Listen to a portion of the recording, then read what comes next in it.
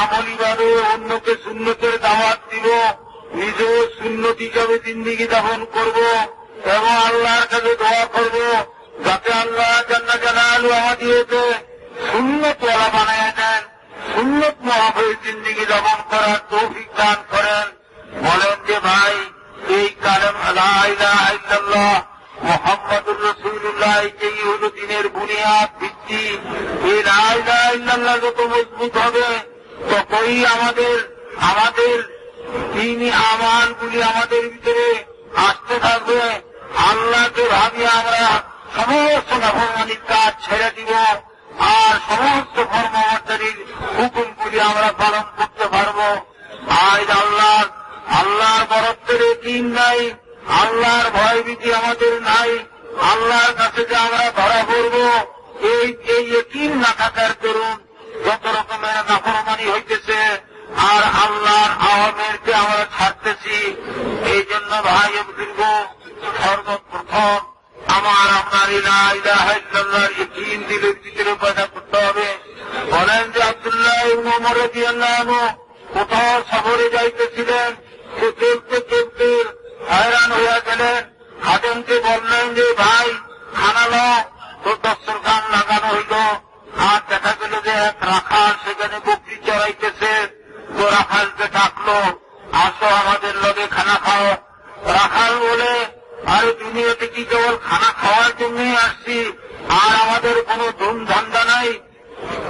তো আব্দুল্লাহ ইবনে ওমর যে এত বড় সাহাবী, এর কথা শুনিয়া সে বড় আশ্চর্যান্বিত হইলেন।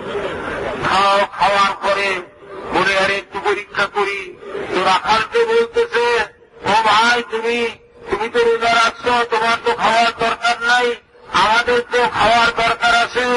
এই জন্য তুমি একটা বকরি বিক্রি করো আমাদের কাছে, তাইলে আমরা বকরি জবা করবো, গোশত পাঠাইব, তোমারও ইফতারের জন্য দিব আর আমাদেরও জরু পুরা করব।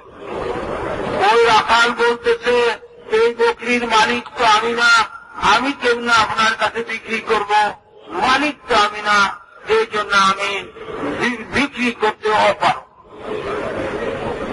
উনি বলেন যে আরে বিক্রি করো আমাদের কাছে, মালিক যদি হিসাব নেয় যে বকরি কম কেন, বকরি গেল কোথায়, তখন তুমি মালিকের বলিও যে বকরি বাঘে নিয়ে গেছে, বাঘে খাইয়া ফেলে। তো রাখাল বলতে এই কথা শুনিয়ে একবারে চমকিও, তারপরে fine Allah fine Allah fine আল্লাহ 3 বার বলছে। আমি বকরি বিক্রি করবো আপনার কাছে আর মালিককে হিসাব দিব, বাঘে নিচে আল্লাহ কোথায় থাকবে তিনি কে দেখবে না। এইটাই বলে ইমান। এরকম ইকিন দিলের ভিতরে পয়দা করতে হবে। বলেন যে মদিনাতে এক মেয়ে তার মাকে বলতেছে, ও মা আমাদের বকরির দুধ তো কম হয়েছে, অন্যান্য দিনের থেকে দুধ আমাদের কম আসছে। তো মা মেয়ের ইমান পরীক্ষা করতেছে যে একটু পানি মিলিয়ে দাও অন্যান্য দিনের মতো, তাইলে দুধ ওই পরিমাণ হবে, আমাদের পয়সা সমান আসবে।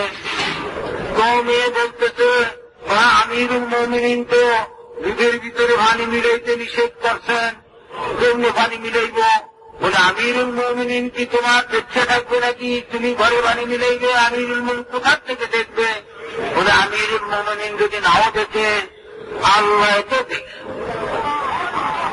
তো বলেন যে আমিরুল মুমিনিন বা এরকম ভাবে মনে করলেন যে এই মেয়ে লোক তো বড় তাকওয়াওয়ালা মুত্তাকি, ঘরের কাজ ঘরে নিশান লাগাইয়া গেলেন এবং নিজের ছেলের জন্য এই মেয়েকে এরকম বিবাহ করার জন্য তৈরি করলেন।